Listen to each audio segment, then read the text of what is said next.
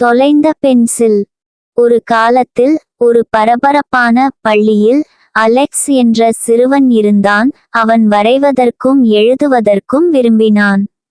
ஒரு நாள் ஒரு முக்கியமான வேலையை முடிக்க அலெக்ஸ் தனது நண்பர் சாமிடம் ஒரு வண்ணமயமான பென்சிலை கடன் வாங்கினார்.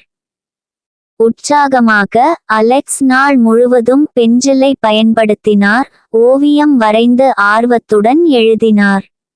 ஆனால் பள்ளி நாள் முடிந்ததும் பென்சில் தன் கைவசம் இல்லை என்பதை அலெக்ஸ் உணர்ந்தார். அவர் தனது மேசை, பை மற்றும் வகுப்பறையின் தரையை தேடினார். ஆனால் எங்கும் பென்சில் கிடைக்கவில்லை.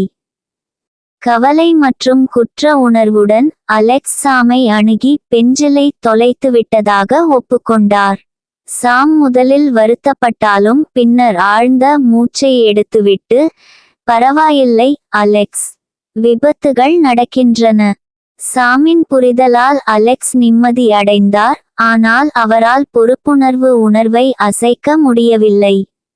விஷயங்களைச் சரியாகச் செய்ய தீர்மானித்த அலெக்ஸ் தொலைந்து போன பென்சிலை மாற்றிக் கொடுக்க முன்வந்தார்.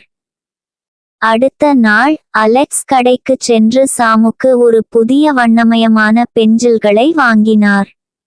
அவர் அவர்களிடம் நேர்மையான மன்னிப்பை வழங்கினார். மேலும் சாம் அன்பளிப்புடன் பரிசை ஏற்றுக்கொண்டார். அன்று முதல் அலெக்ஸ் தனது செயல்களுக்கு பொறுப்பேற்பதன் முக்கியத்துவத்தை கற்றுக்கொண்டார்.